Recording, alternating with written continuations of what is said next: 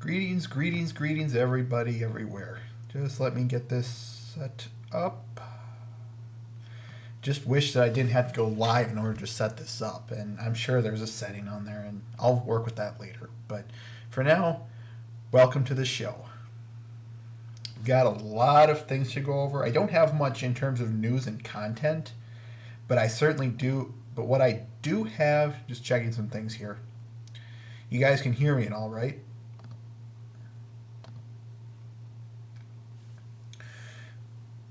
Okay, good. Like I said, I've got I don't have a lot of content in terms of just say news and whatnot, but what I do have to talk about is pretty darn big. And some of it, I'm just fulfilling a promise, as I have stated before. So let me check one last thing.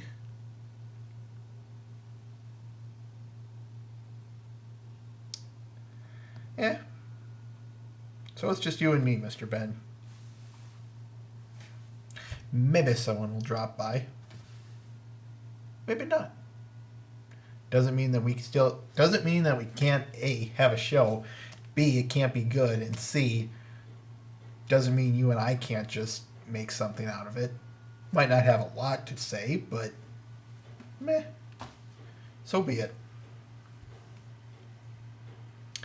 Someday we'll hopefully have an audience. Or at least a much bigger audience.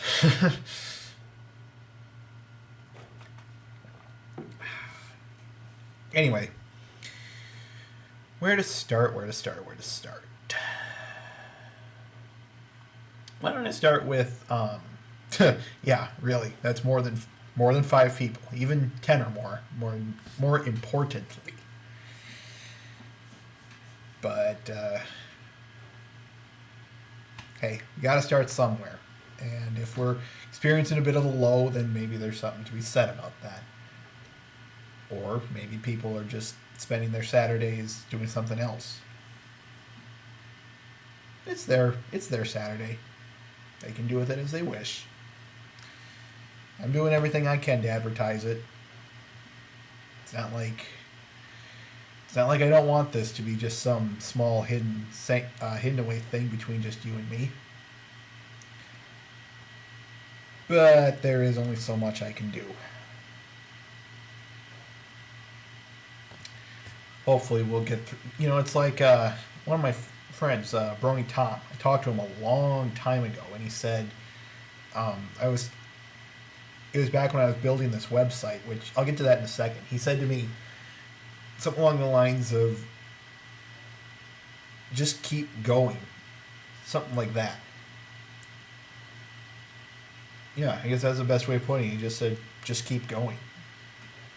And then I talked to another person, another Brony friend, who I'm going to keep secret for now, and he said, you know, you might not have an audience now, but the sole fact that you're reaching even a few people means something to them. And to be honest, I think that's probably one of the best motivators I've had in a while.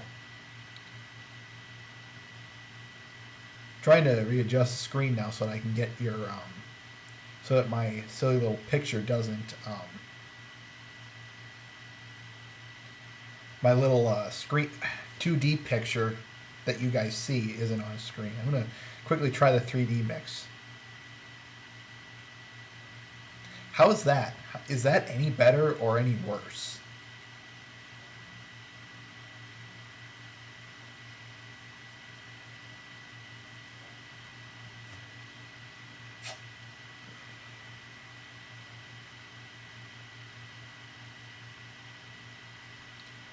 Well, do you prefer the 2D screen here? This is the 2D screen. Or do you prefer the 3D screen?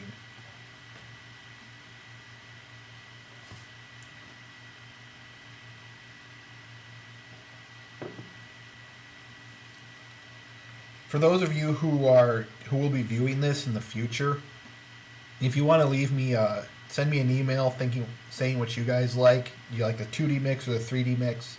Just tell me, because like I said, this way I can show your guys' text without my goofy picture getting in the way.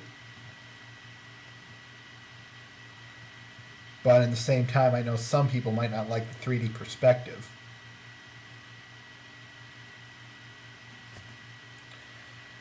Okay. So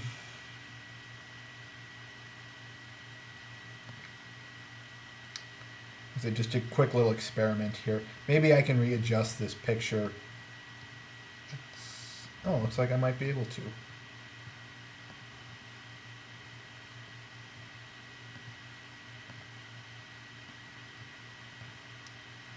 Or not. Well, I'll fix that. I'll work on that later. But for now, let's get on with the show. Got a lot of things to talk about the next 3 weeks. For one, next weekend, I know I've told you Mr. Ben, that's what I'm trying to avoid here, is to make sure you guys don't see my big ugly mug in front of the text. Anyway, moving on. Next week is going to be, the next 2 weeks actually are going to be really big on here.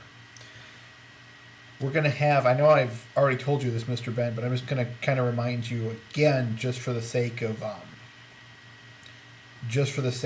the audience, if some of them catch this new episode before that. We've got one interview on the 31st. I'm going to keep these both a secret until I announce them for fun. I've got, like I said, we've got an interview on the 31st with someone, which that one I'm really looking forward to. We are going to, we're going to broadcast that day. I don't know how long that one's going to last. That one is probably going to be a big 2-hour interview. I can easily see that one going 2 hours, easily. And then the day after, April 1st, we're going to have yet another interview with another person I'm really looking forward to. And every time I see one of his videos, I just get more and more excited to interview him. And then the week after, the 7th of April. Yeah, the 7th of April. There won't be an episode because I'll be away on business. I already announced it on the website, but, I would like to announce it here in the video. No episode on the 7th, so there will be a Wednesday episode. And I'm hoping to get an artist on that episode. I don't know who yet. I do have my eyes set on a few, but I don't know who yet. So yeah, there's going to be yet another interview there. Yeah, don't ask Mr. Ben. I'm not going to tell. It's clean, though. I will say that. And then the week after that, the weekend of the 14th, I'm hoping to get the Brony State interview redo done that week. I've sent them emails. They have yet to respond. However, I have been informed that the guy who is in charge of emails is still there. He's still live and good. So I'm not too scared. I'll probably get in contact with him either a little further down the road, or I'll talk to him directly if and when he's on sometime further down the road. I don't need to. It's like I told person I asked about that last night. I don't need to talk to him now. I just need to know that he's alive and well. What else? So yeah, it's going to be 2 interviews, consecutive days the next week. They just take a while to respond, Brony State, Mr. Ben. However, they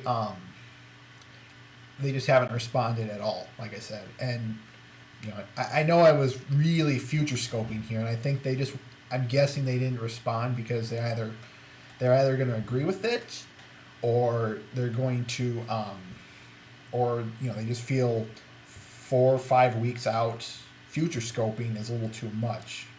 Like I said, when I got confirmation that Ghosties, the guy who runs the emails apparently, is alive and well, that's all I needed to hear. So I have no fear we'll get something worked out here. So it's all good. It really is. I trust him. Anyway, where was I? Oh yeah, so we've got interview next week, 2 consecutive days on the weekend, an interview Wednesday, an interview the next Saturday on the 14th, and yes, I will be doing a non-interview episode on the 21st. I promise you that. What exactly, I don't know yet, but I'm not going to think that far ahead out. But rest assured that after these interviews, there will be a normal episode for you guys to all sit back and enjoy. I promise that. And I also want to bring up one last thing. This will kind of lead into the next. I could probably save this for a little later. Well, it falls under, it gets a little tiring after a while, Mr. Ben. I realize that. I agree that an interview can draw in a good crowd. However, if this whole show were just about interviews, I probably wouldn't have called it Babble with Bronies. So, like I said, it just falls under. I can understand how I'm doing it half, more or less, for the audience than I am for me. But after that episode, I don't know where we're going to go, because that also happens to be the 21st, happens to be an important weekend. But I'll get there when I get there. Where was I? Let's see. Oh, the summer plans. That's it.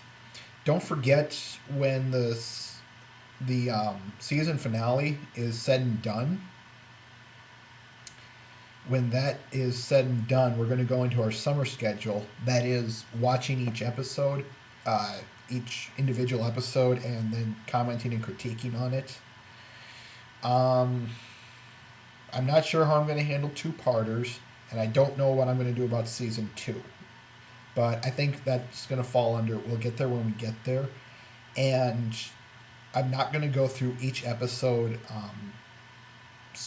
straight on. I might throw a break, like an interview or two every so often, or maybe I'll just say, let's talk about this topic instead. So, well, we're going to be starting the individual individual episode analysis. Rest assured that it's not going to get too monotonous. Like I said, I'll definitely break it up, definitely. But with what and how, well, we'll get there when we get there. Again. Let's see, one last thing. I think I'll do this just because it's, well, in the miscellaneous category. I got my Shout Factory DVD replacement. Came in the mail, came in a little packet. This is actually the error disc. I swapped the error disc with the corrected disc in that appropriate case. I checked it out.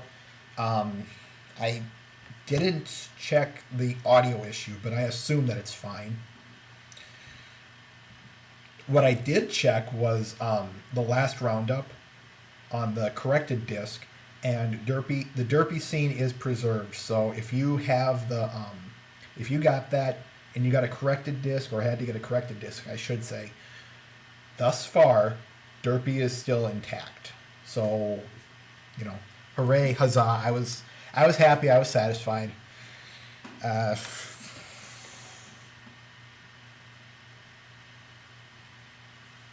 what more can I say? Go us. Now, I've got one video and a couple of art pieces I'd like to share, but I think I'll save those for after the news. Our good friends on the Brony Study update, or at least I'd like to call them my good friends. I have a hard time believing they would hate us. They've got this new survey out. It's worth checking out. I've taken both of their surveys. There's the first one. There was a second one, and this is a special one. You can think of it. You can probably think of it as 2.5 or 3 or just some special one anyway. Long story short, it's the. I'm gonna bring it over here. Suggestions to parents for a safe MLP FIM experience. Kind of wish I could cut to screens, but maybe I'll work that out at some point. Anyway, long story short, took it short, about 15 minutes. It's not a bad idea to support these guys. I have a good feeling I have a good feeling about these people. This is the same guy who did the original Brony study, Professor Patrick Edwards. I know I've talked about him before. He's a good guy to support.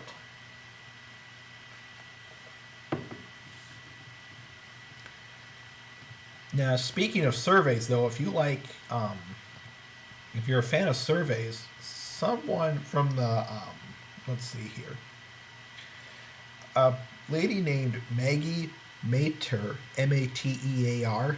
Hope I'm pronouncing that correctly.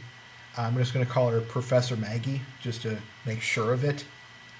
She's also running a survey on us. This one, about 15 minutes. Again, real easy, really fast. I'll warn you guys, when I took this one, they kept referring to this whole community as like a business, or if it was ran and or concentrated by a select few, which, in my humble opinion, I don't think that's true. Not here. Yeah, there are prominent people within it, but they don't run it. Sorry, I got distracted a bit.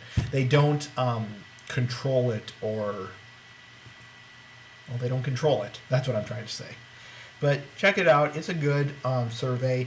Unlike the Brony study one, though, this one you can completely optional. Yeah, Mr. Ben, that too is the point, or at least the entirety is. I know there are some who are for profit, but that's because they're selling a product, which is, that's good, or that's fine, but yeah, as an entirety, we aren't. Anyway, if you want, it's optional. You can put your email address in for a one of 5 $50 gift certificates to Amazon.com. I could use that. I could use that a lot. Or, I'm sorry, I could use it big time. Like I said, you just gotta read it. I'll just warn you one last time. Read it carefully, because otherwise you're going to get confused. I almost did. And I think I'm going to move on to the Brony State news. There is some, because the other 3 are going to be big pieces of news. They held the drawing last night on Friday, so next week it'll be Saturday. But I was able to, but the point of it being on Friday is I can catch the movies and episodes that they're going to be airing. And of course they have it posted on their website, so go to broniestate.net and you'll see it on the front page. Anyway, for next week, the 30th, you missed a good movie, Mr. Ben. We watched the original Wicker Man, the 1973 version. Let's put it this way. That was an awesome movie. That was a really good movie. I know I'm derailing a little bit here, folks, but hey, I can do that when there's only 2 people here. Well, one being me, of course, but you know what I mean. The point is that we watched the Wicker Man, and that was really good. If you're into, it's kind of its own weird psychological horror movie, but that was the fun of it, was you want to look away, but you just can't. But that was the fun of it, was I didn't want to look away.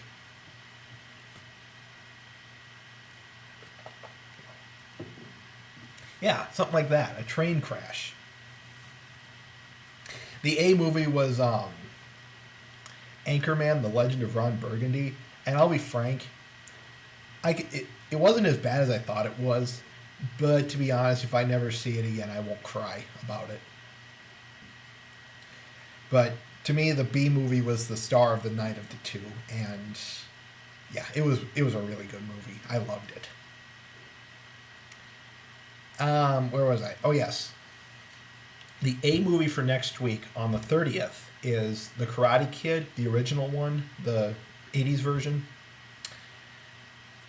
The B movie is Titanic 2. In case you're wondering about that, in case I know you're going to be asking about this, Mr. Ben, but yes, there is. Yes, people, there is a Titanic 2. It was just more of a, if I recall right, it was more of just a farce more than anything. But yeah, it sounds like it was a stinker, but hey, that's what the B movie category is for. And that's what I love about the B movies themselves is they're usually just craptacular.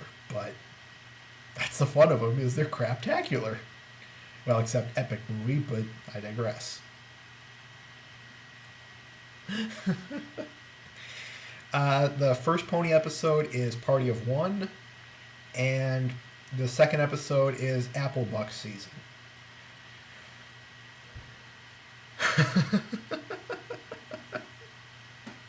Or at least around 6 o'clock, Mr. Ben. One last thing about Brony State. Make sure I'm going to be clicking this correctly. They haven't announced. You guys remember how I said? Oh, please don't tell me. I should warn you guys. I've been having connection problems, and it seems others have as well. Okay, we're still good. Like I said, we're having some connection problems. Not only me, but some others have as well. I was on Brony State earlier, trying to watch the episode, and a couple times the connection dropped, or just flat out bombed. So I'll warn you. I know we're only about 22 minutes in, and I'm just warning you about this, and I apologize. But that's just the. I'm just going to warn you, if I drop, it's probably because of a bad connection. Anyway, let's try this again. It's going to be like that. I think I'm just going to have to announce this one. I can't really give you the link. Anyway, you guys know how last week I said they were going to Nittany Discord, or no, was it? Yeah, I think it was Nittany Discord. One of the mods, anyway, was going to be doing a gaming session with Rob Cackerin 53. Well, they had a major site issue, not only at that time, but throughout the whole week. They finally got it fixed, or at least I think they did.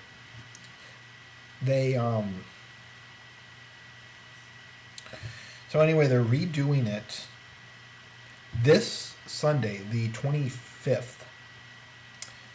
And it's going to be done after Violet Vanilla's Radical Radio. Which, by the way, there's something else I could recommend for everyone.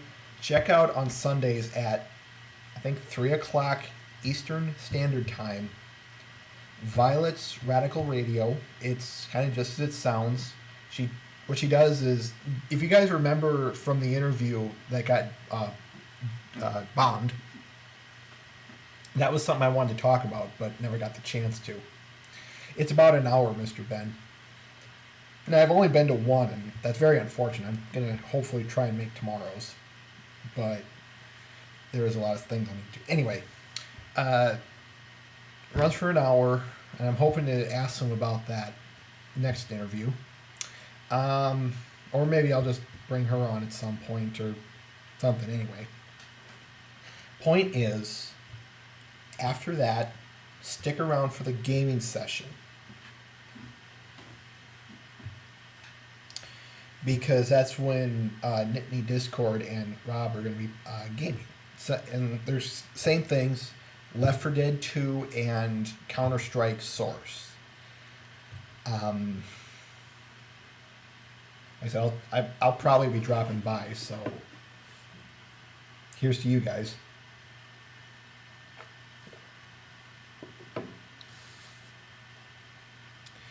And with that, Yep, right after.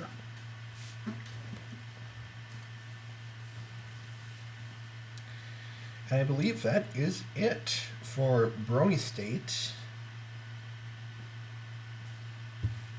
Like I said, they've been having some site issues lately, and I think they've got them corrected. But I'm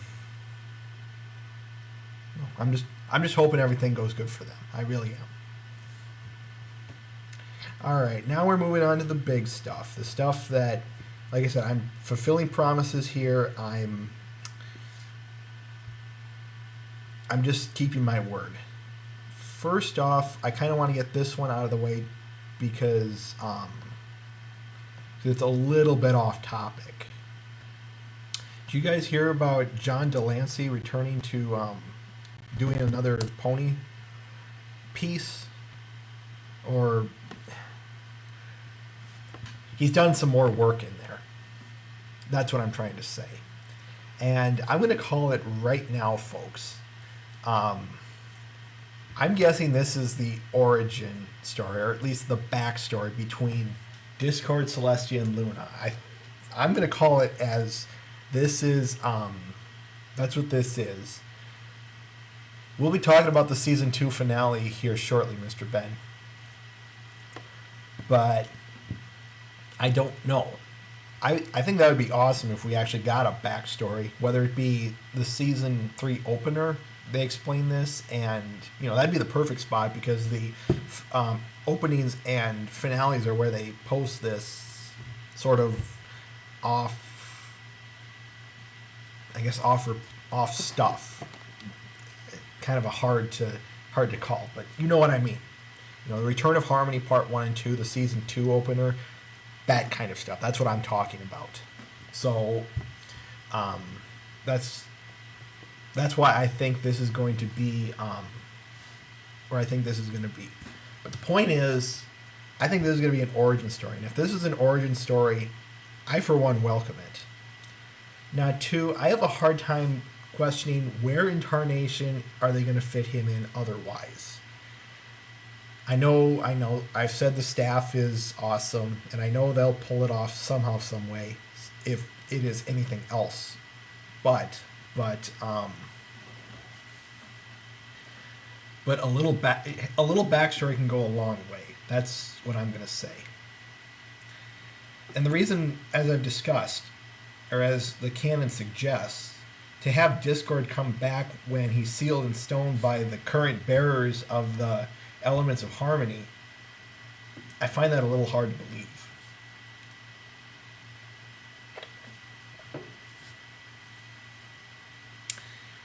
But they have a video on that link. They have they even have a link to the specific point in it.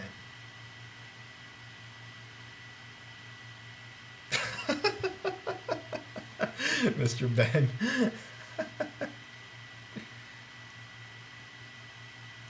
All right, moving along.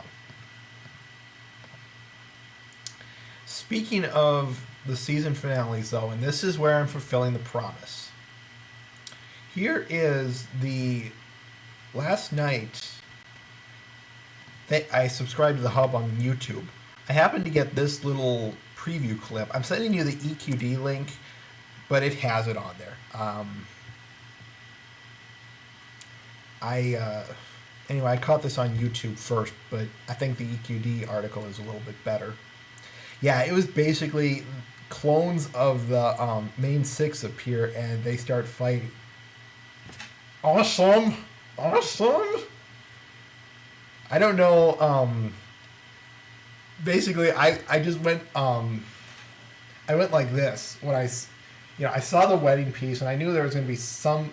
To be completely honest, when I got this, they said it's a wedding. There's some dark secret behind there, and all I could think of was, it's going to reveal something about a character, or, I thought it would be. How do I want to put this?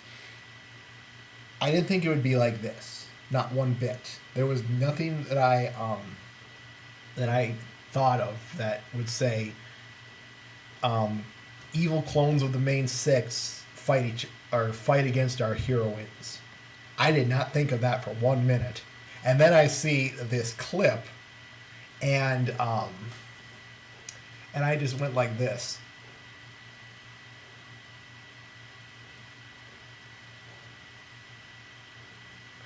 I went about I had about that face for the whole well, Mr. Ben, considering they're fighting each other, that kind of lends itself to that.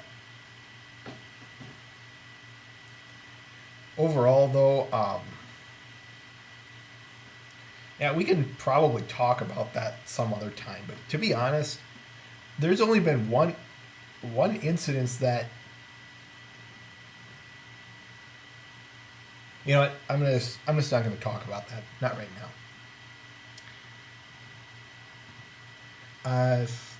Now you guys remember a long time ago when I said when we got the season finale synopsis, we would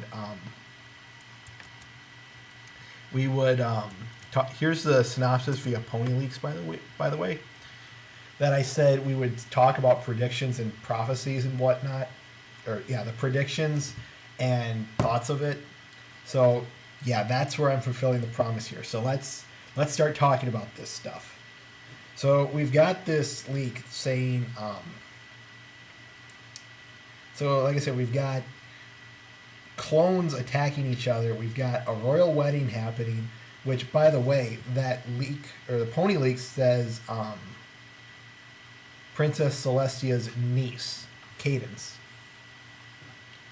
Wonder who, so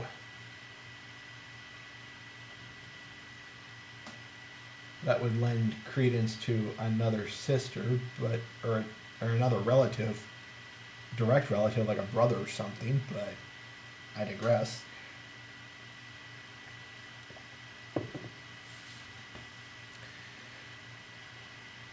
I'm curious about what that secret is. You know, Princess Cadence is evil. I doubt that. I have a hard time believing that. However, I would subscribe to the idea. Here's what I think, personally. Because it says Twilight discovers a dark secret about Cadence right before the wedding. I'll get to that in a second. But what I think is maybe she has some kind of like evil demon following her, or maybe even just some evil being stalking her, and I don't know, it feeds off of her negative emotions. It I don't know, feeds off of her fears, or just causes all around chaos for her. I don't know, but I think that would be cool that she's been tormented by some evil spirit for a while. Or maybe there is that, Mr. Ben. Maybe she is evil because, as the part 2 synopsis puts it, discovers a dark secret about Cadence right before the wedding. So what would... I don't know what to say to that. If she were evil or something. Well... yeah, Mr. Ben, maybe that's it. A servant of Discord or something.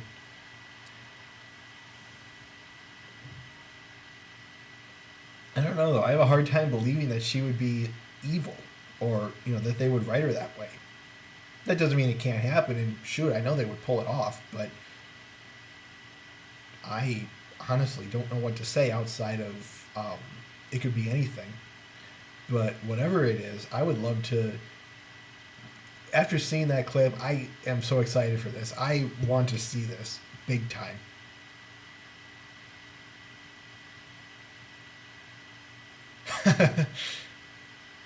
Just because they share a color palette doesn't mean they're related or anything. I think that's just a coincidence. Now, the synopsis, I should say, is it gives. This is, I'm going to quote from Pony Leaks. Let's see. Let's see. Combined with the TV guide synopsis above, which again applies to both episodes, we have all that we need for a new episode announcement. Blah, blah, blah. Since the episodes apparently air on the same day, they put them both up at roughly the same time. First, the second one appeared, then disappeared again, and then both went up permanently. Where is it?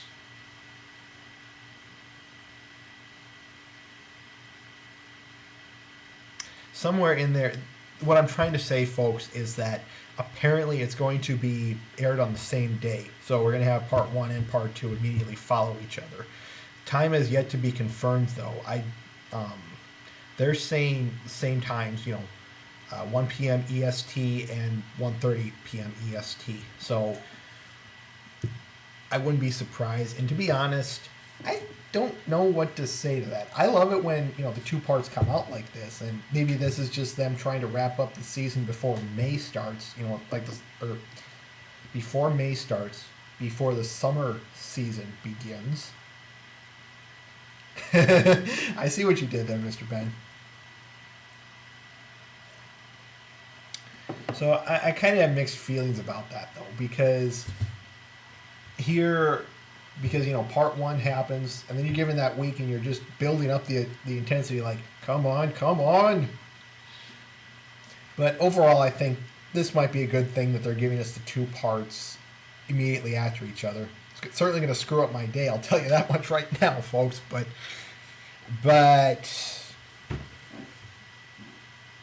yeah.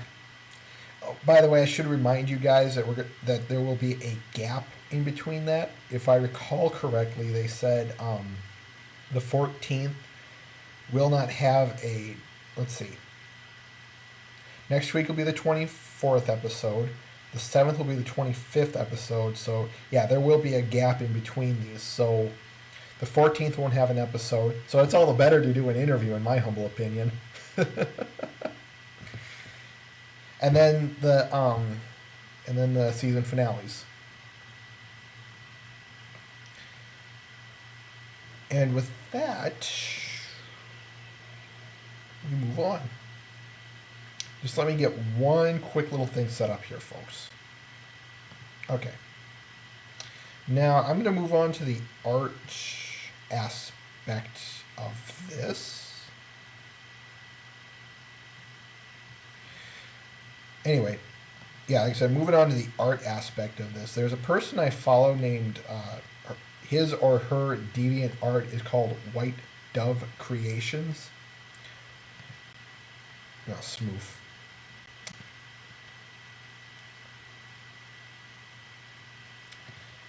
The links didn't copy correctly or nicely in the article here, so let me.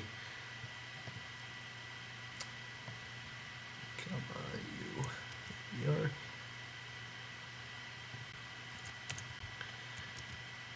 Yeah, there we go. Anyway, good. I've been, like I said, I follow her on his or. I'm gonna check right now.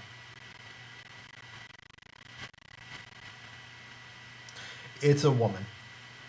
I've been following her for a while now. She makes some excellent plushies. They ran a food pantry, and the reason I bring this up is because it's not because I'm trying to promote her, or at least directly. It's because I like this story. I like the story that the story that this goes with it. There was a free will donation for their local food pantry. I think she was, Mr. Ben. I think she was, yeah. I can't recall right off the top of my head, but like I said, I follow. Yeah, I think she was. Anyway, they held a free will donation for their local food pantry. Get this. It sounds like you donated to her food to this cause, and White Dove Creations would send you one of her plushies. Probably at your request or something. I didn't get the full details of it, and I apologize for that. But there's only so much I can cover. I'm sorry about that. And maybe it was just my laziness. Anyway, they, like I said, held a free will donation. They raised $3,260, give or take a couple of cents, from just the Brony community in her free plushie pony giveaway. All the money goes to buy food, as she quotes. Again, and I made the comment to her, look at that. Are we a fan base anymore, or are we a force for good? Something to think about for you. I wanted to share this story because I love hearing these stories of, we raised a ton of money. We raised, well, a ton of money for us. Even something like a little food for a local food pantry. For just a local food pantry, we managed to raise $3,000. I've been in, and I'm guessing this is probably only over a day or two at the very most. So to have, I've seen my fair share of food pantries, fundraisers for them and whatnot. And, people, they raise about the same amount in about a month. So it just goes to show you how big and how generous we truly are.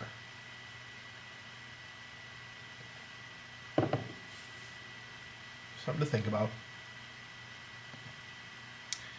And one last thing. Get that out of the way.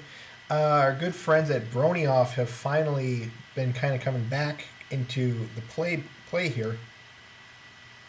By the way, I've got a little video working in progress here, but it's low on the priority list. I'm hoping to release it sometime really late. I don't know when, but it's just kind of a it's kind of a work in progress, just side stuff. But Brony Mock has made a Becoming Popular remix, and I want to share it with you guys.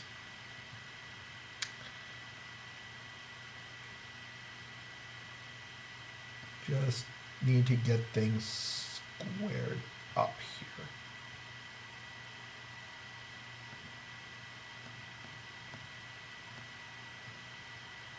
All right. And I checked the sound, but I will ask, if you can't hear it, tell me, please. Here we go.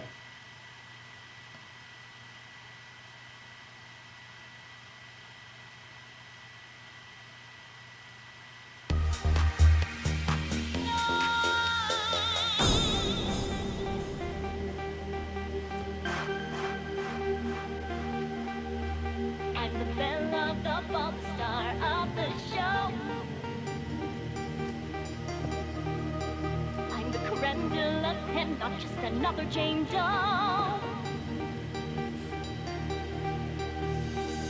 I'll be the toast of the town, the girl on the go. I'll be the one to watch the girl in the flow.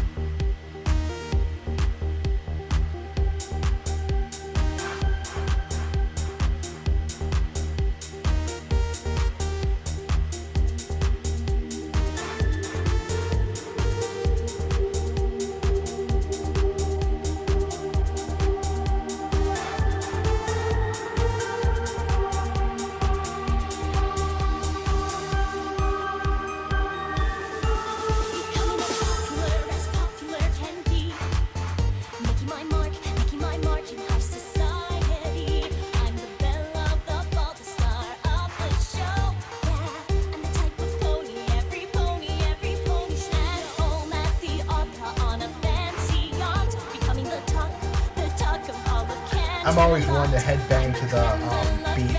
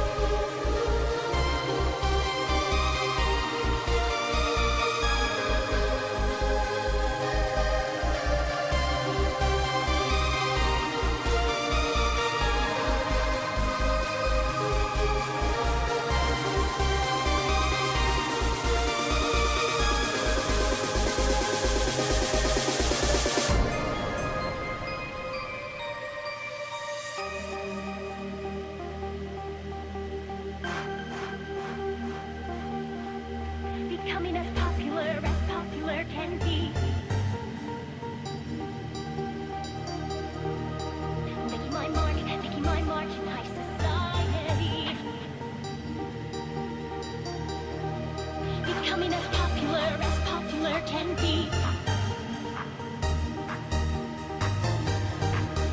Making my mark in high society.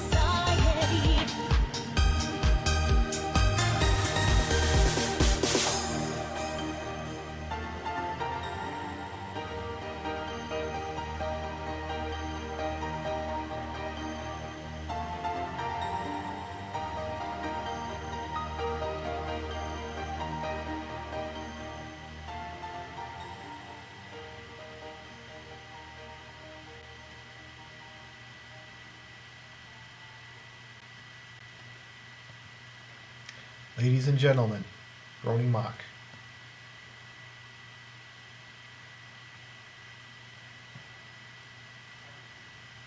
That was Becoming Popular, the Sky Trance remix.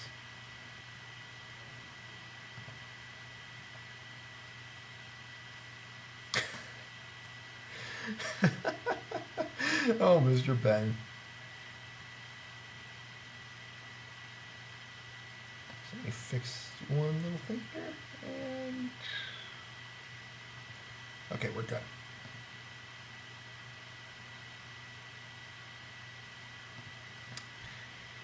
One last thing. This one actually comes from our mod, folks. About early in the week, I got, well, not sent in so much as shown. This, ladies and gentlemen, is meet our new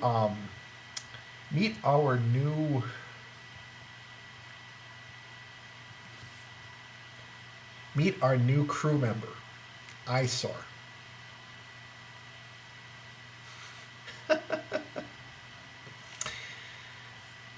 As Mr. Ben has adequately described it to me,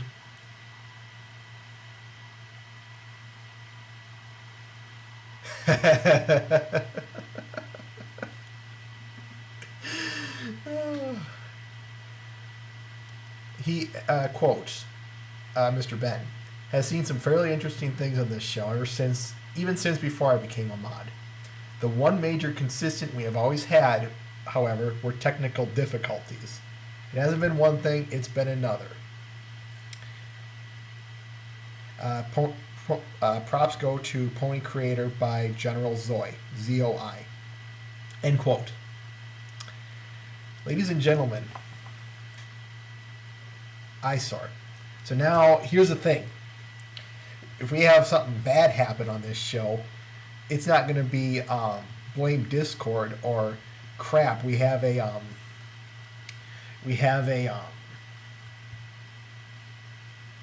bug in the system, or it isn't lag, or anything of that case. No, it's because of Eyesore.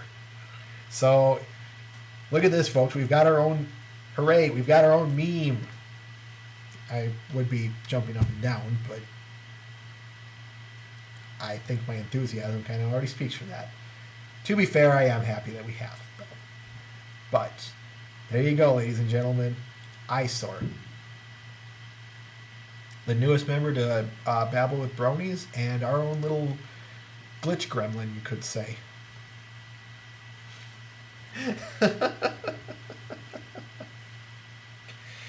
So now, blame Eyesore.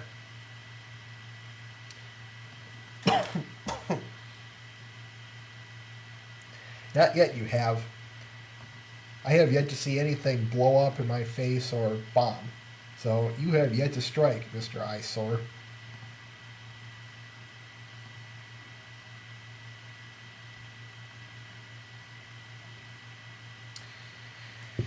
And with this, folks, this is all I have for the news. And yeah, surprisingly, it took us about an hour. I thought we were going to be over that in about half that time. I'm fine with that.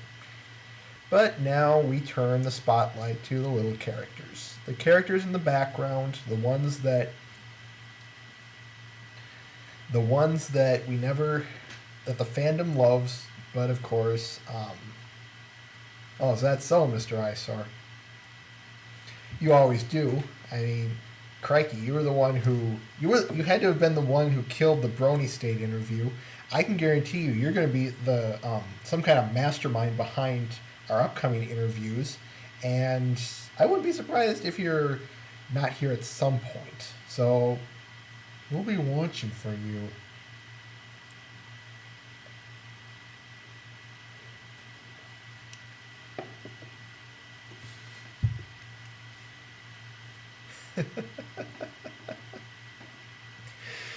Oi. All right. Moving on. Moving on. As stated, this episode's all about the background ponies. So we're going to focus our spotlight on... Okay, good. So now we are turning our attention to the background ponies.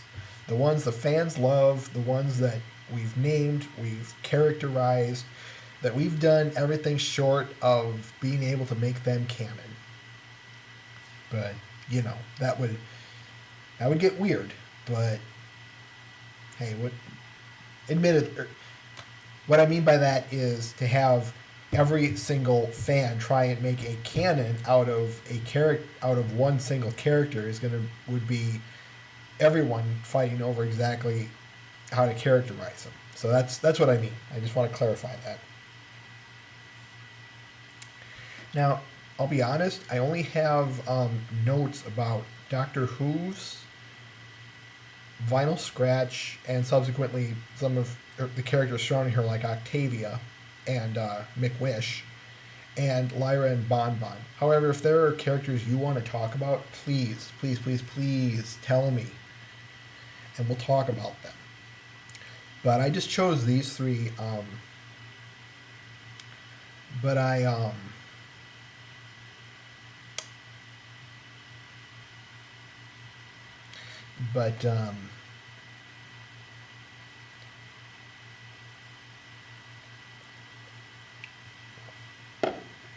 If I can think straight, like I said, if there's a background character you want to talk about, please let me know, for crying out loud. That's the point of this show.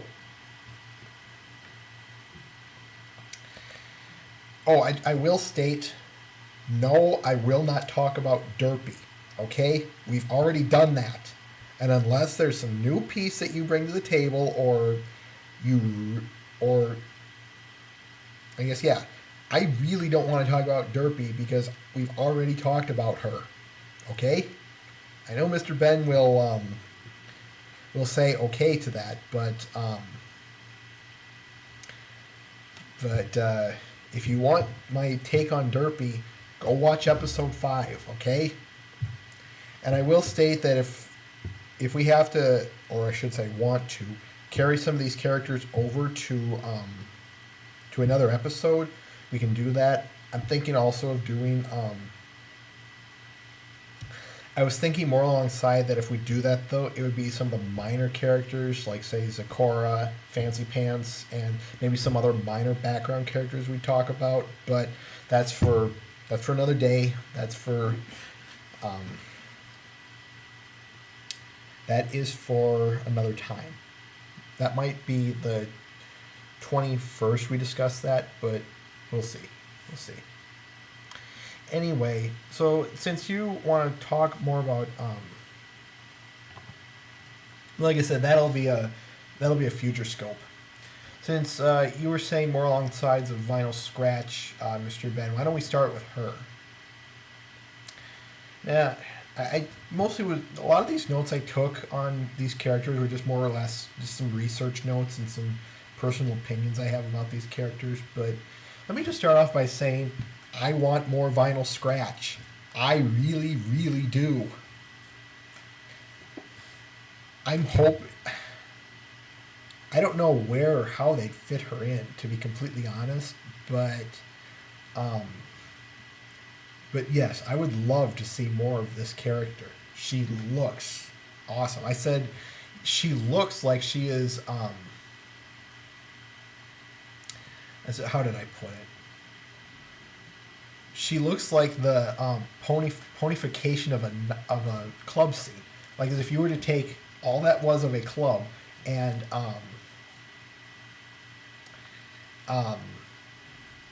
it took a club and made it a pony. Well, okay, true, Mr. Ben, that is true, but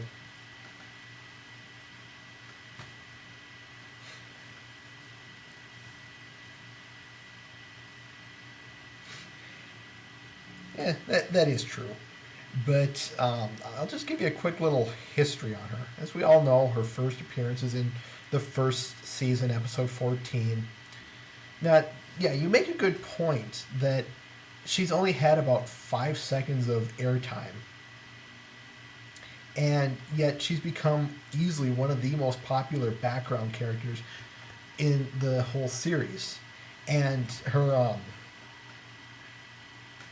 she is, remind you, she is canon. The Equestria Girls music or commercial canonized her on May 17th.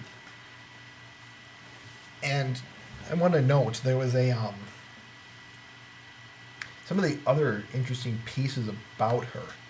She is the first background pony to be released as a toy. Yeah, they literally, not the McDonald's toys, or these are the actual ones that you would have to go to Walmart or something for, and I'll get to that in a second, Mr. Ben. But she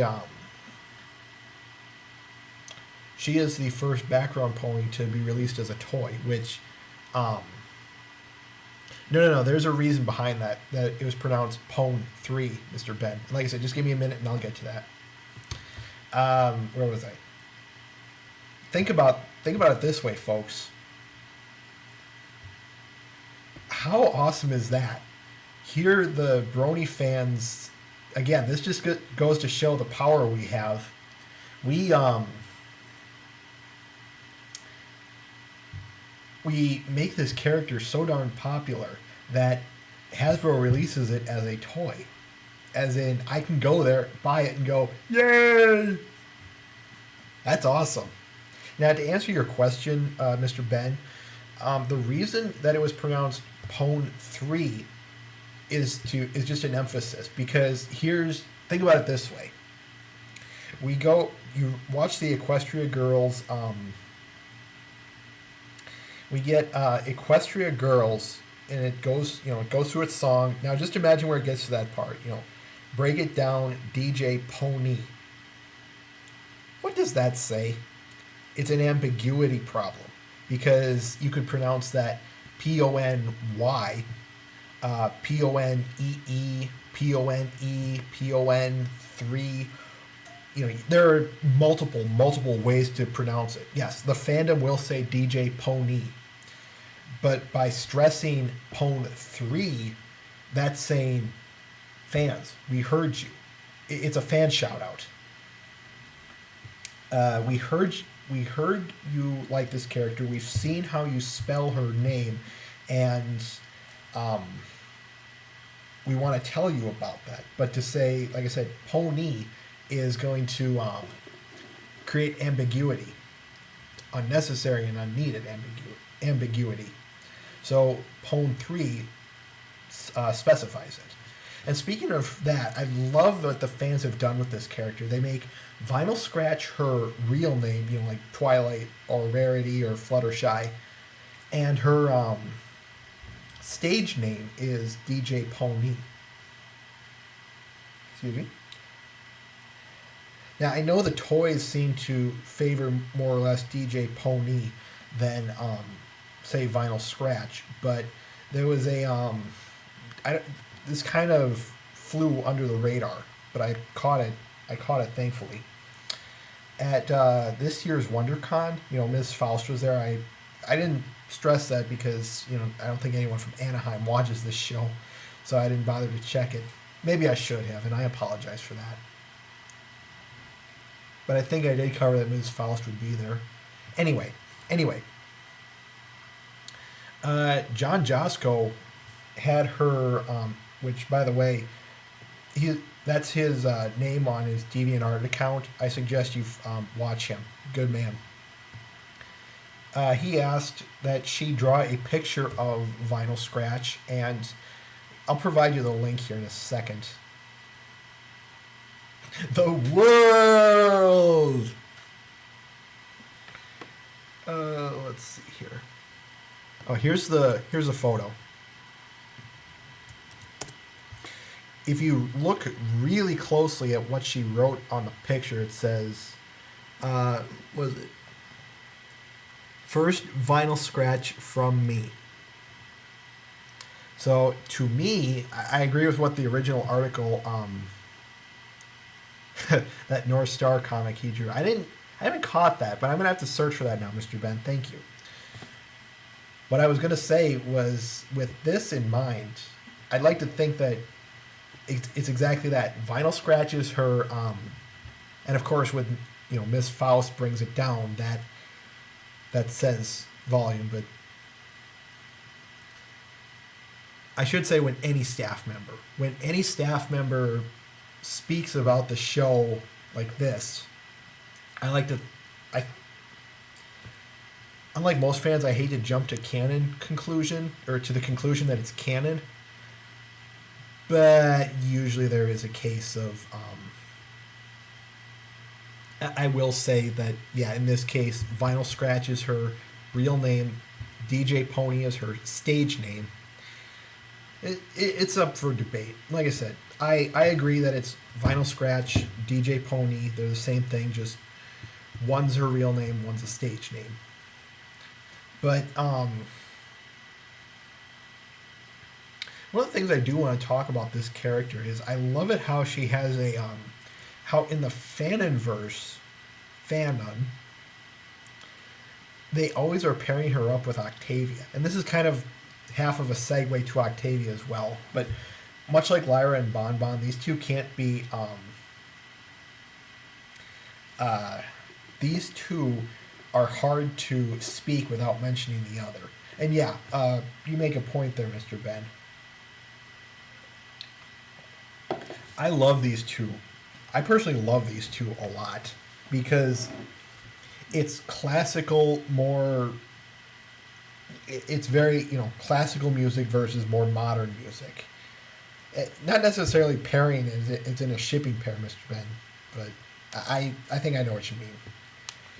Anyway, I love, like I said, I like these two. I kind of want to see some kind of,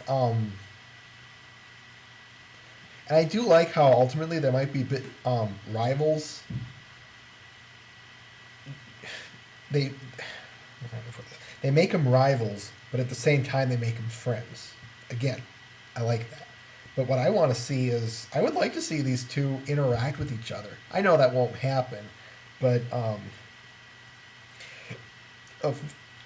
face off or even just interact with each other. I think that would be awesome. I'd like to see, Vinyl's position take on Octavia's position. I think that would be awesome. And speaking of Octavia, why do I have such an itchy nose? Speaking of Octavia, here's another case of a pony who has had about 5 seconds of background, 5 seconds of on-screen appearance.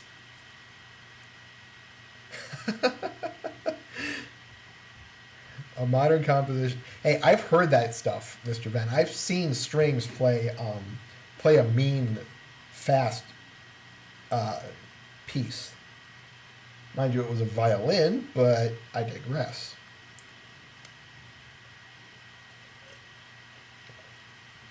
Man, this water's good. The one thing I would love to see these two interact. What would that be like? Think about this. You'd have both sides of the argument. The classical trying to, a classic audience coming there for vinyl, and a modern audience coming for, or classic for Octavia, modern for vinyl. Why do I get the feeling that some sort of riot, or at the very least a squabble would ensue? I can just see it. Here they are, either they're alternating pieces, but the crowds are basically going to just start going at each other's throats because, my style is better than yours. Just a thought. But there is, let me think, there was one little piece I wanted to mention about back to vinyl.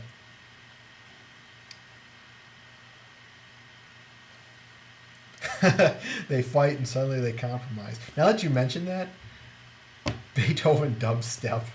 No, I was gonna say they look at each other, Vinyl and Octavia, and they go, "Should we leave?" Yeah, and they just walk off stage as the crowd fights. A Beethoven dubstep. Now, how would that go?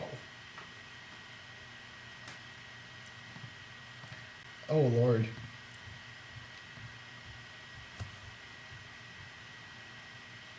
That's something to think about. I'm sure someone's already done it, but I'm not going to search for it or bother with it or anything. Oh, one of the things I did note is that no one knows her true eye colors. Most of the fans, and I subsequently agree with this, think it's red. I think that looks awesome because it's that white coat with a blue, neon blue mane combined with red eyes. I think that looks awesome. I've seen pictures of her with red eyes, and some of them look fantastic. I'm not going to search for any right now, folks, because that would mean I had to dig through my favorites. And I've got about 26, last time I counted, I have about 26 pages on my DeviantArt account of favorites. Yeah, try searching for that.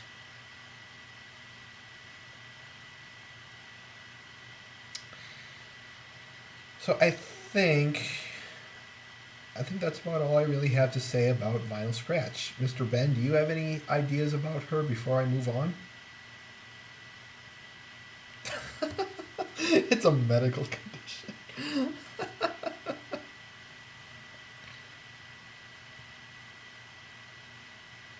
It's a medical condition. Shut up. Like I said, do you have any last... Okay. And...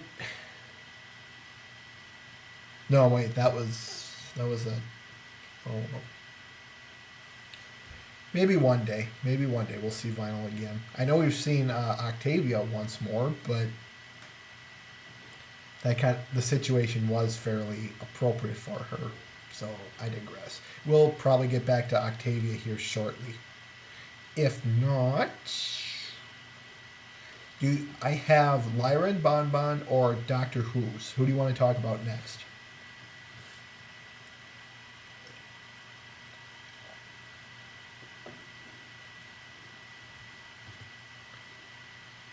Why don't we talk about Lyra and Bonbon? Because I know we're going to be talking about Doctor Who's a lot. Or at least I know I will. I'm going to be going...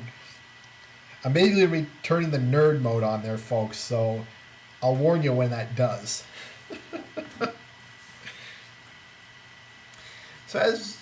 Okay, Lyra and Bonbon. These are probably the most famous non-special background ponies in the show. Or I say non-special in the sense of they don't, they're not like Vinyl who basically serve a purpose, or they aren't. I'm just trying to think of anything else. I think that's just the best way of putting it. They're the most famous background ponies in this show that don't, besides Derpy, of course. Yeah, we were going to get to that too. And to be fair, there is one thing I would like to bring up, folks, about these two. Actually, no, not that. Sorry. Point is, yeah, you're right, Mr. Ben. I don't think, were it not for that scene in episode 7, I don't think these two would be nearly as famous as they are.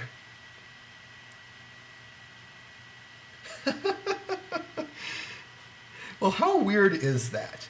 We have a quadruped sitting like a biped. let me put this in perspective, folks. She is sitting on her spine. This is the same as when here I am sitting normally on my butt the way I should. This is me slouching. I am sitting on my tailbone. Now, I'm slouched about as much as her, and I am sitting on the lowest, about the top of my pelvis, about on my spine. And already it's starting to hurt. So imagine something that isn't supposed to sit. Imagine me, a biped, who sits somewhat at the very most base of my spine, or at least, with a lot of muscles in between and the pelvis bone before it hits the spine. And then when I start sitting on my actual spine, it hurts. So now imagine putting this on a quadruped, on an animal who walks on 4 feet. They normally sit, they sit, but their spines hardly touch much at all. Anything, like a backrest. And yeah, I know there's a park bench there with a backrest. But I'm just trying to stress that that's going to hurt. And especially the way she's positioned. That has to hurt a lot.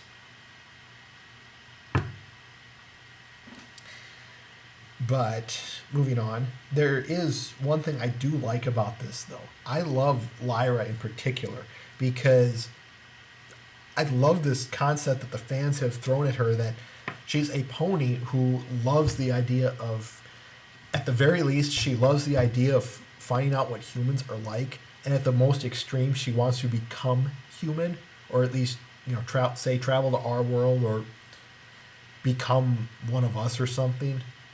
And I love this because of how ironic it is. We have there. You could probably find a brony out there who would say, I would want to go to Equestria, become a pony, and just live there forever.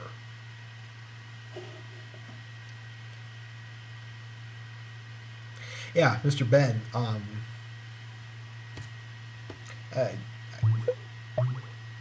Maybe that was because she was. I don't know what to say to that. But anyway, the point I was getting back to was the irony behind it. Like I said, we have bronies who want to go to Equestria and never come back. Mind you, that's probably for slightly different reasons than simple curiosity of a fictitious creature, as opposed to, going there to escape this world. But the point I'm trying to make is she wants to come to our world just because she is completely curious about us. The irony I love behind that is we want to go there. And yet there is this character, mind you, just in the fanon, who wants to come here. That's interesting. It's just... I find it strange, though, because she were to come here and I were to tell her what this world is like. Mind you, that'd be just my opinion, though, but I digress. But if I told her what this world was like, or even worse, she found out, would she want to stay? Or would she want to... I like your response there, Mr. Ben.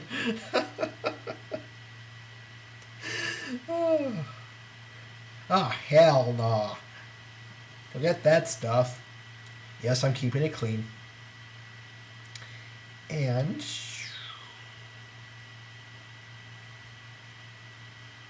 there was one note I mentioned. I like the idea of, now going back to Lyra and Bonbon, I like the idea of these two just being friends myself, because what I really like about that is just because they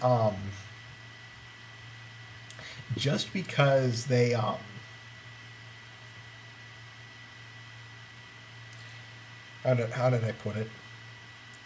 Just because they might be background ponies and or the main six, of course, is the focus of the show slash the friendship.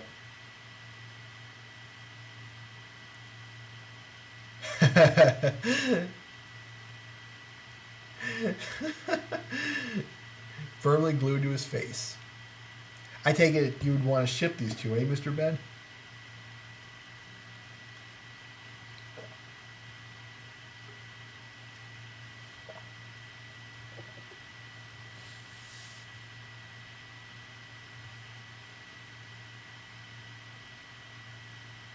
Fair enough. And to that I say this.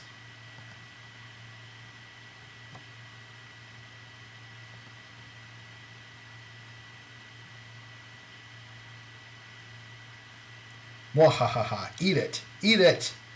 You know you want to. Okay, to be fair, I have no problem with people who ship. I honestly don't. If you want to do that, go right ahead.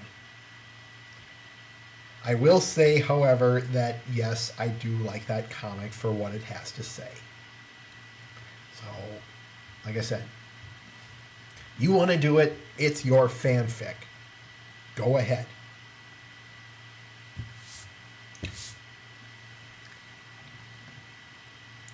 One last thing about Lyra in particular. We have creatures like minotaurs and dragons and maybe some other creature, monkeys who actually have fingers. With this fanon interpretation of her, wanting to be human or see him at the very least. What does that say?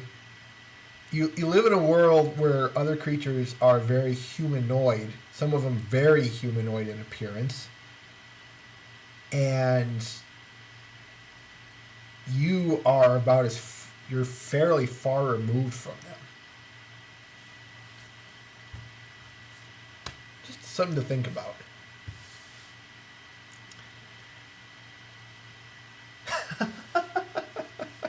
Maybe it's just some strange fetish.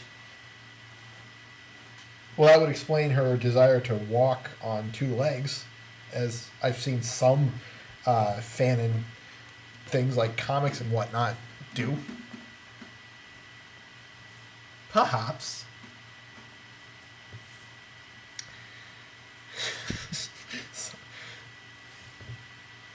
Oi. Where was I? Oh yeah, the one thing I wanted to reiterate before I got sidetracked, which, don't worry, that was a good one. Like I said, I like these two as friends because, especially when we see them in the background interacting with each other, what I like about that is it says other friends do exist in this show, or if anything, they can. It doesn't have to be it's subtle. It's really subtle, and you have to kind of catch it, but it says there can be other friends in this show. Other people can be friendly, and they don't have to be friends with the main six. I'm sure they are, but as a recurrence, it's not a bad thing. Oh, there is one thing I forgot to mention about Lyra. Have you guys noticed how she bounces? Like the flower trio, Mr. Ben. Have you noticed how Lyra sometimes bounces in behind the background? The best case I can give is watch the Super Speedy Cider Squeezy 6000. I think this was the the staff trying to create their own meme or something for us to catch on, but it just hasn't caught on the way it should have. It's that grin. If you got scared by that, I apologize.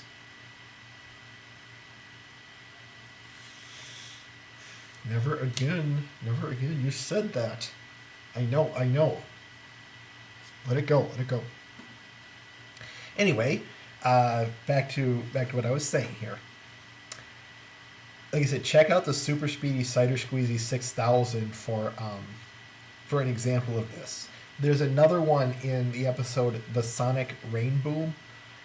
they're doing a crowd shot, and yeah, it should be just the Pegasus there, but there is Lyra on the clouds, bouncing in the back there. Weird, because at least the main six were given a reason for being there. So how does Lyra stand on those clouds? Just something to think about. But like I said, I like to think that this was some kind of trend the staff was trying to start, but they couldn't get it around. And maybe they're still trying to throw it out there, or I don't know. Yeah, there's another instance in the opening episode, the pilot, season 1, episode 1. They're in the announcement hall. You can kind of see her bouncing around in the back there. Winter wrap up, and like I said, the very ending of episode 1, you can see her kind of bouncing around when they're at the summer sun celebration. That's it. I want to see more of this, to be honest, because it's much like Derpy. It's an Easter egg. It's even a little bit more rare than it's even rarer than Derpy, but it's just so silly. But of course, there are some things, it just falls under how do you write it in? All right. Moving along here. Oh, speaking of recurring themes and ongoing jokes, speaking specifically about Bon Bon here, we all know how she's usually voiced by some different, by a completely different voice actress every time, or at least at the very most, her voice is completely different. I want to say that now, I want to say the staff is messing with us in that. It's so, until they say otherwise, I'm going to say that this is the staff messing with us, or if at the very least they are, it's a recurring gag amongst the staff and can be translated here. But I love this gag.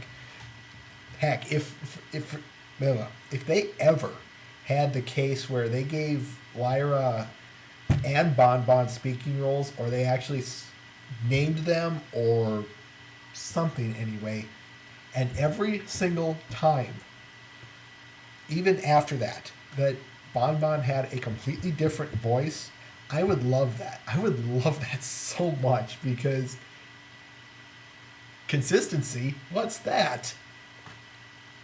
And yet, ironically, that is still consistent.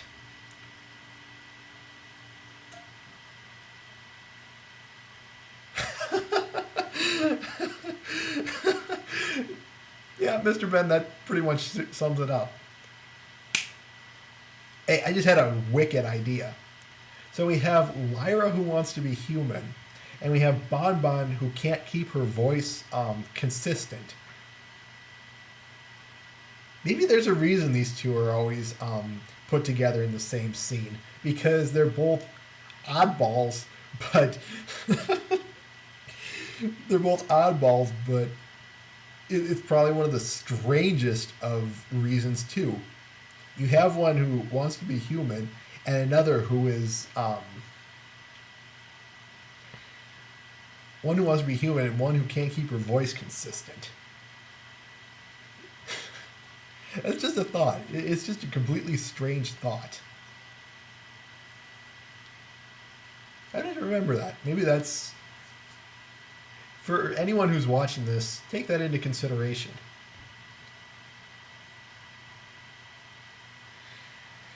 And now we move on to the one I personally could not wait to get into.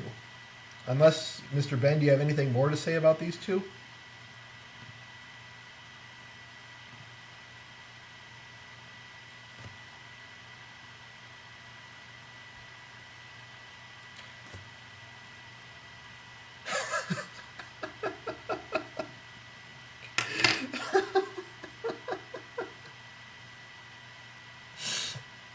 That's a good one. I like that.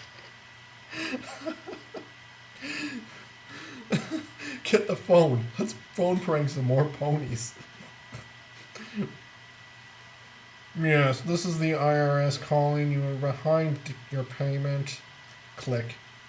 Hi, would you like to subscribe to Equestria Weekly?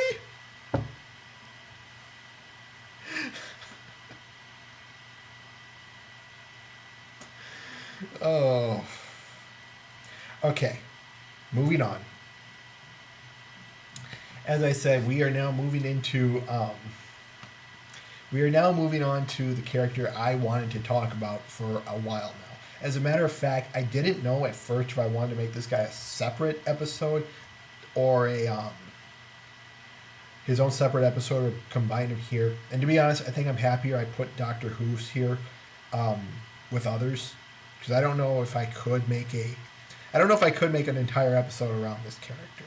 But anyway, we're talking about Doctor Who's now. Now, I know a few people who are going to be watching this who might not be fans of Doctor Who, the show itself. Let me paint you a pretty picture about why I wanted to talk about Doctor Who's. I'll try and emphasize the human doctor or the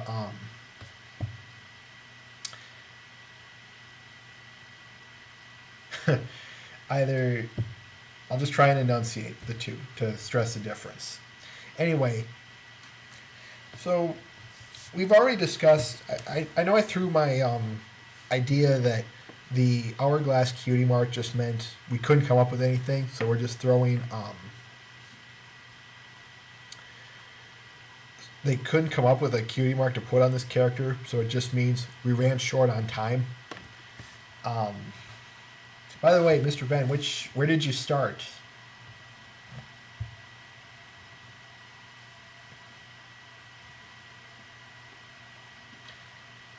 Yeah, which ones did you watch? Which ones did you, which episodes?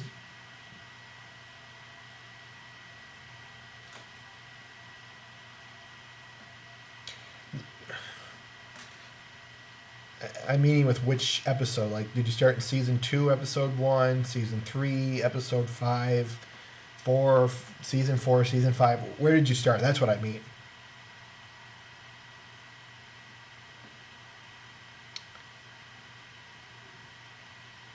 No. I meant, I was specifically referring to the new series, the what's on Netflix. Okay, then yeah, you can start there. That was what I was originally referring to.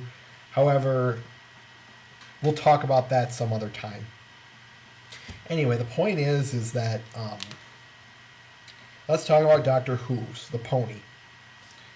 Now, I want to say, he was first mentioned first spotted mostly on in episode 11, Winter Wrap Up. Pretty blatant there, if you ask me. Now, I want to say that this character was originally just a generic outline. There was really no thought to him.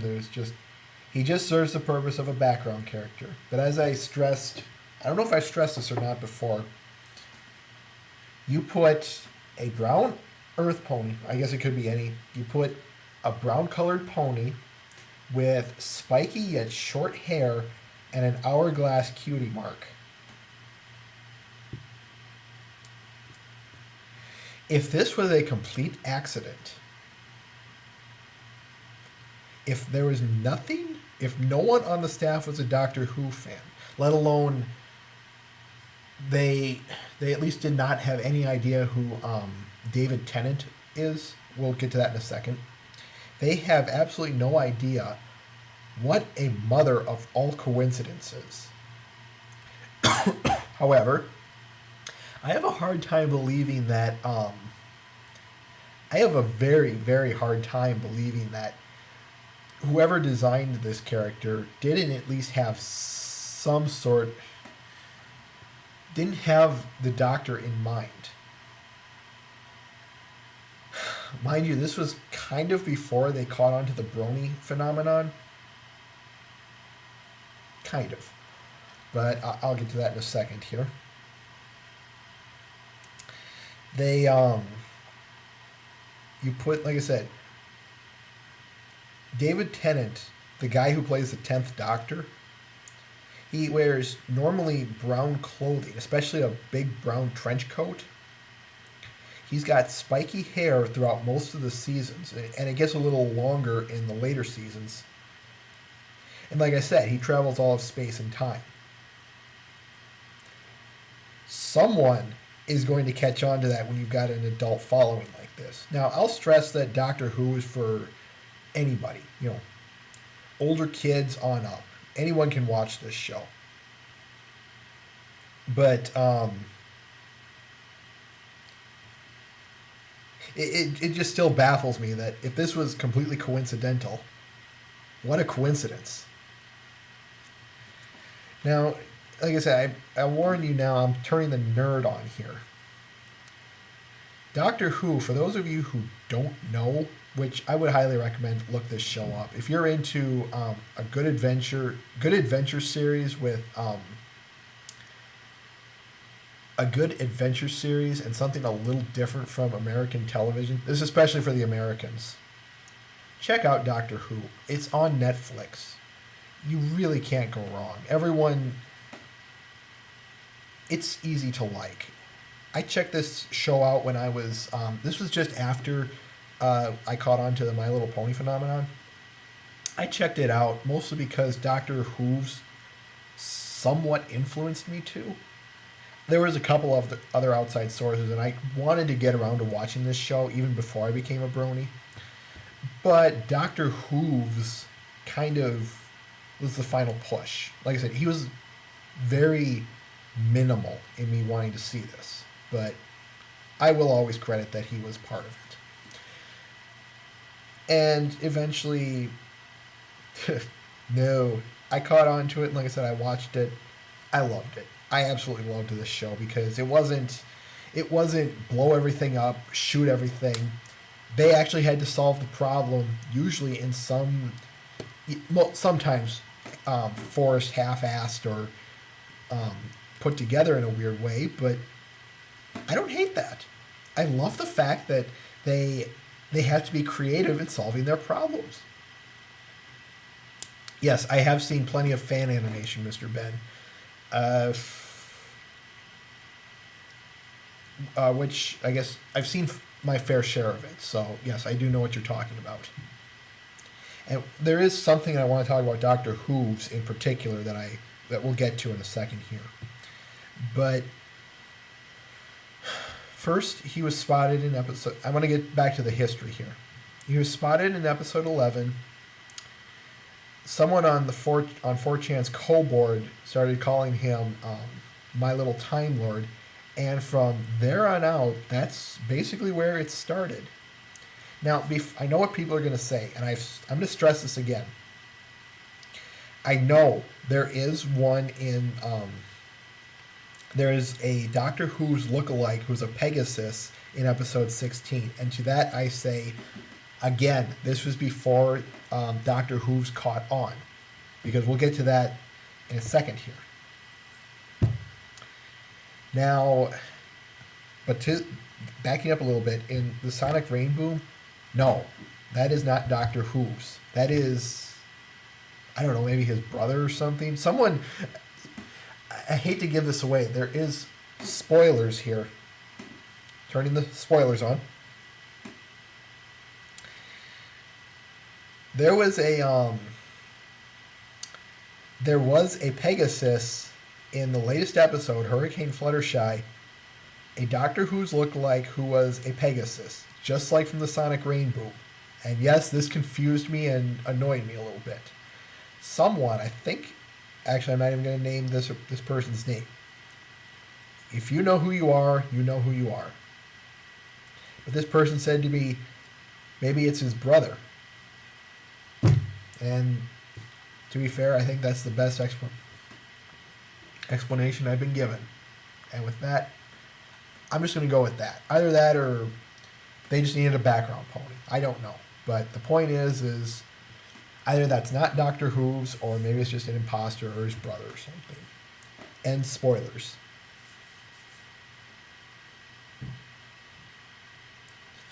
We'll talk about the Master in a sec here, because later on, yes, there was yet another pony in the season one finale.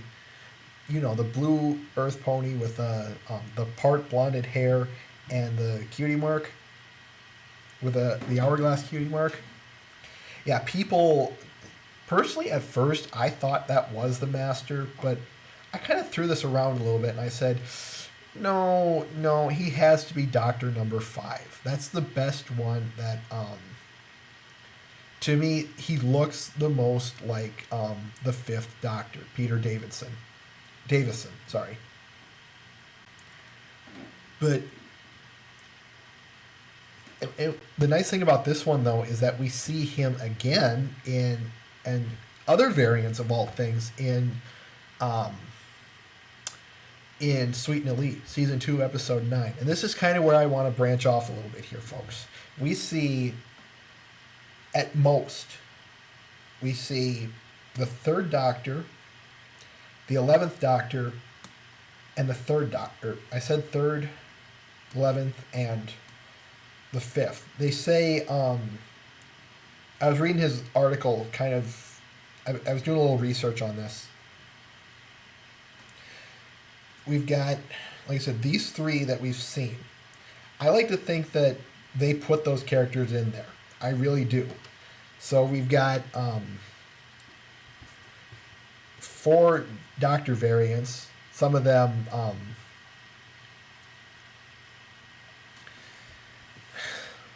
losing my train of thought here, folks. I'm sorry. I don't think that was an accident.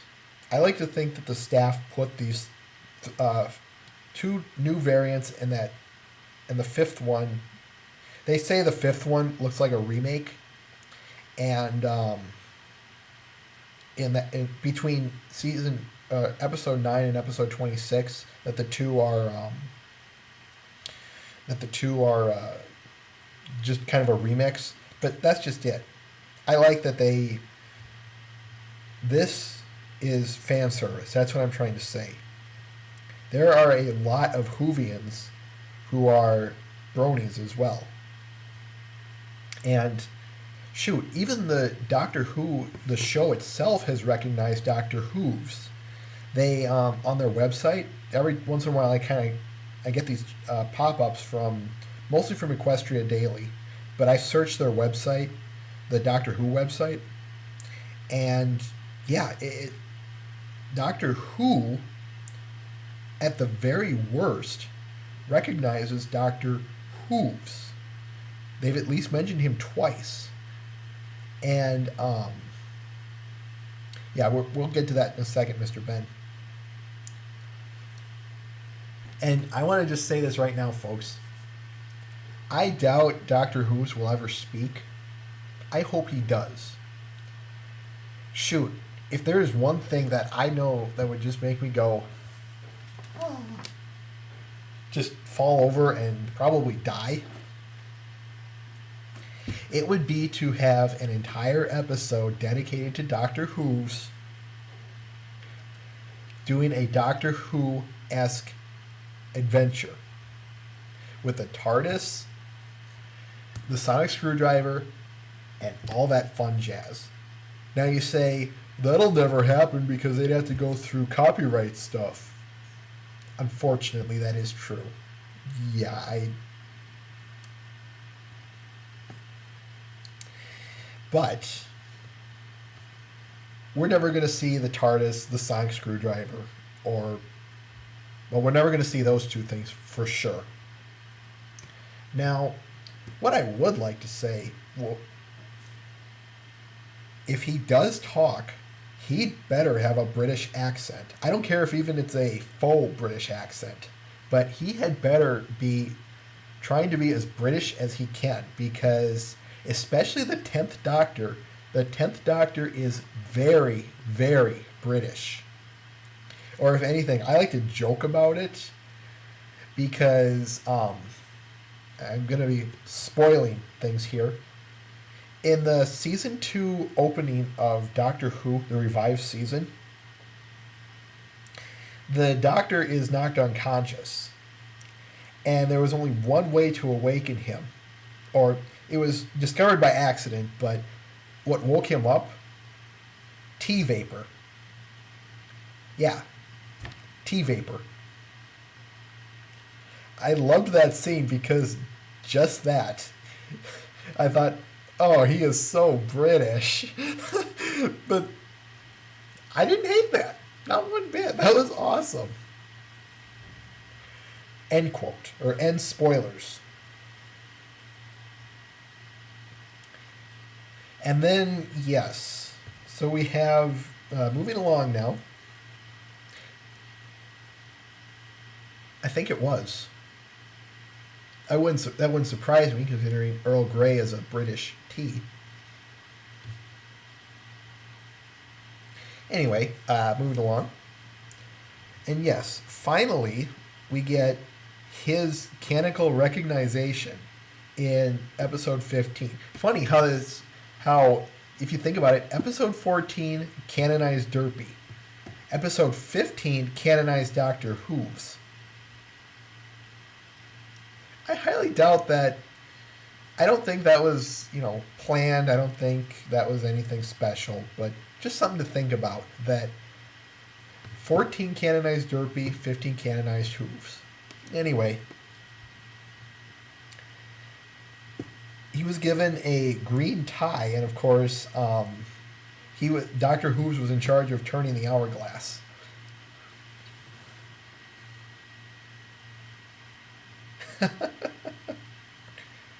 I don't get it, Mr. Ben.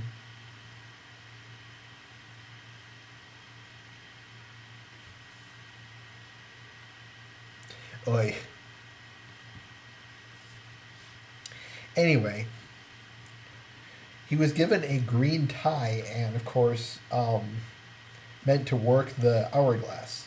Now, again, going back to David Tennant, the 10th Doctor, he normally wears a red tie at the very most.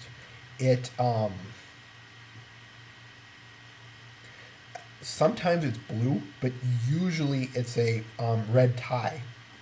So I don't think they could have. I don't think they could have. How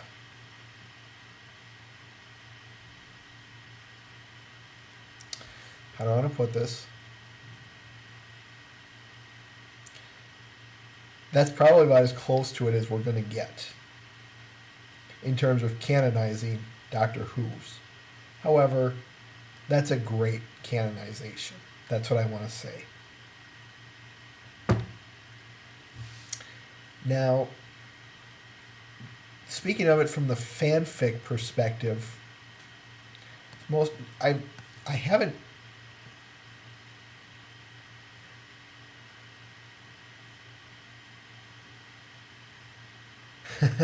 Fair enough. Yeah, I did catch it in the. I did catch it in our private chat, Mr. Ben, but I didn't want to mention it. But I get it now.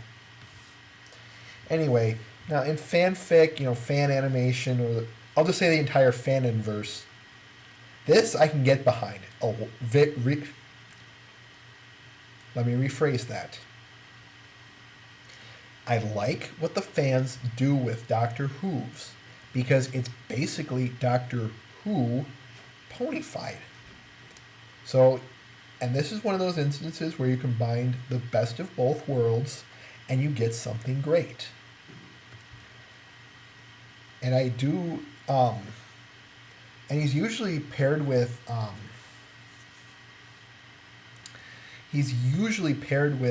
Derpy, the 10th is. But I've seen other instances with Twilight Sparkle.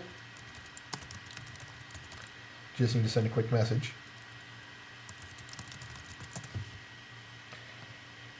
I've seen Twilight Sparkle, and I have seen Pinky. In one instance, I have seen Pinky.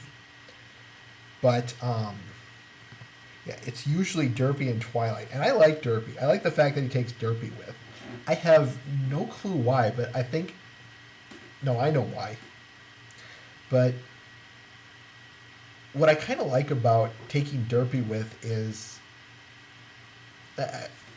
falling back on some of these animations, unlike most of the in the Doctor Who the show, the companion rate is usually no, no, Mr. Ben, not that.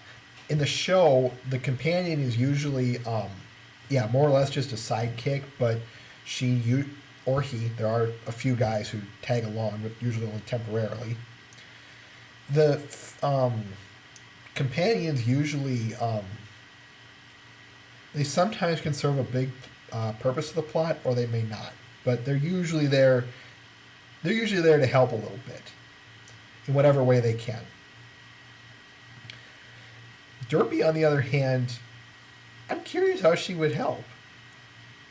But there was one picture I saw where it was the Doctor and Derpy versus Cthulhu, the H.P. Lovecraft monster. Here's Cthulhu rising out of the sea, and Derpy throwing muffins at him.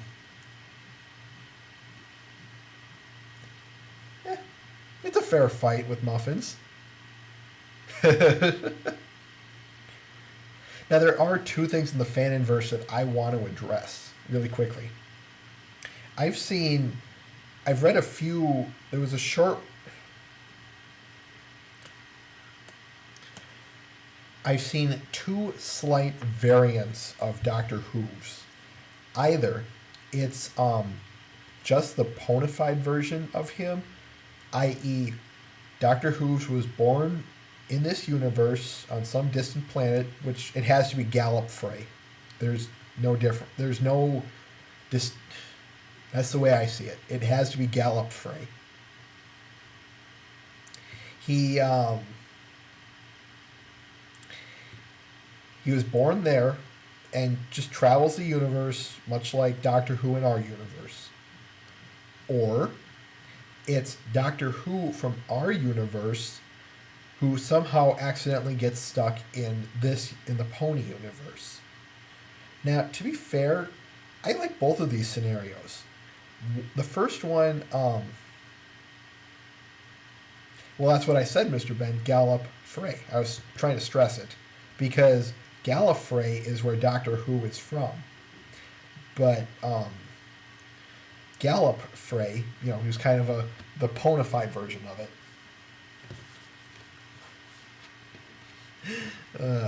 Anyway, where was I? Both of these, I like both of these scenarios at once. There was one short little fanfic I read, but it was so long ago I've kind of forgotten about it.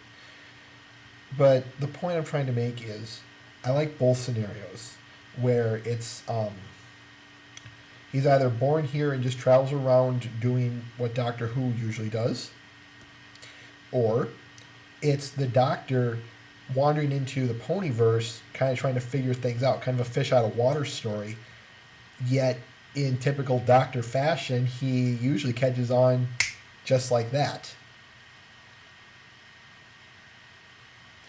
That's kind of one of the things I like about the Doctor, is how fast he thinks, how quick he is, and how even in a confusing, odd situation, he can still take down his enemies. I do like that. It's one of the fun things about him. Now, there is one thing I want to mention. So the show itself has recognized 5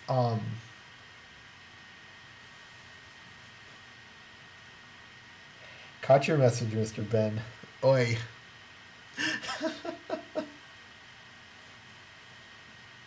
Jeez. Anyway, where was I? Oh, yes. So we've got the 10th Doctor, the 11th Doctor, the 5th, and the 3rd Doctor confirmed as, or at least the show has given us hints that these 4 are recognized. So all I have to say to that is there's only one thing left for them to do. Put in every doctor, of course. Yes, I would like to see. I would like to see a variation of the Ninth Doctor in particular. I don't care when they put it, but listen to me, Studio B. I'm waiting.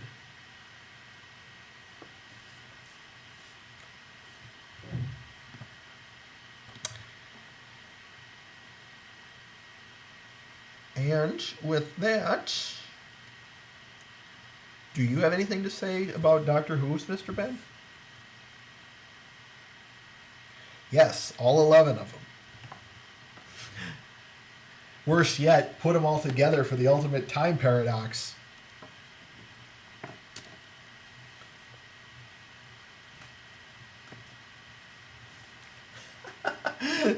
A Dalek pony. They actually do exist, or at least I've seen fan recreations of a Dalek pony.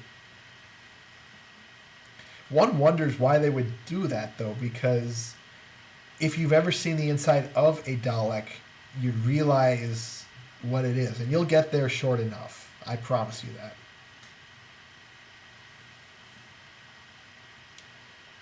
But why you would design it like that is beyond. Design it like a pony is beyond me.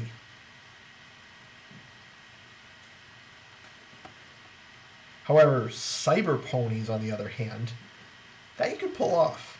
That you could pull off.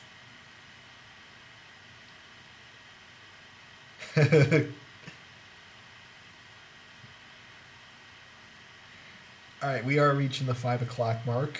I didn't think this was going to go as long as it did, but I am happy about that.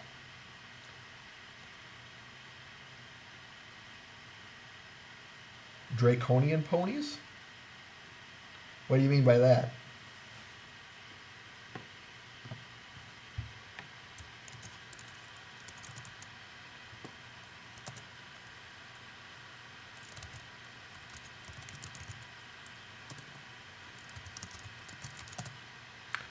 Let me check. I haven't come across this. Ah. No. No, they don't.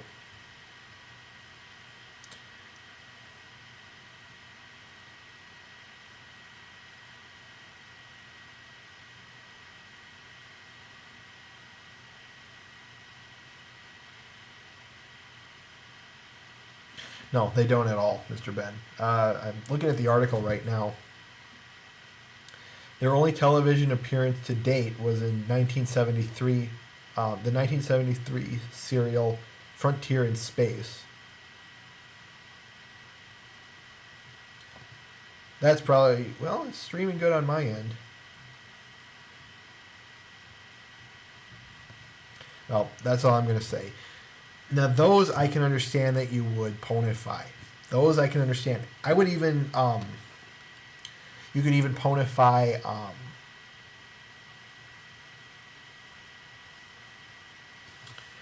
let's see, what other creatures could you ponify? Like I said, the cyber ponies, yes. The weeping angels have been ponified, which they look really good. They look just about as good as their humanoid counterpart. I've seen... What else have I seen?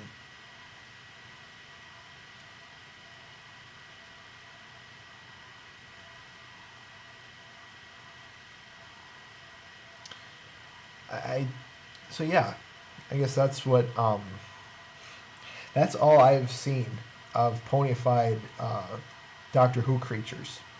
There was a great one that did there was this great picture on DeviantArt. This was long before I created an account, which I need to go find. Someone created like some of his most famous villains of the modern era. No, just all of them. He just ponified many of them. They look really good. I'm gonna have to find that now. All right. Anything else you wish to say?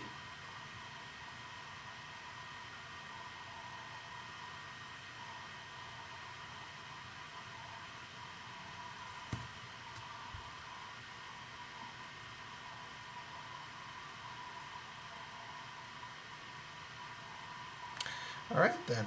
With that, I have said all I need to say. So, from me and Mr. Ben, take care. We hope to see you next episode. Don't forget, we've got 2 interviews next week. Actually, 3 if I can work it out. Otherwise, we'll still have just a Wednesday episode. We'll just discuss some stuff. There won't be no episode on the 7th. We'll hopefully get the Brony State redo on the 14th. Take care and farewell.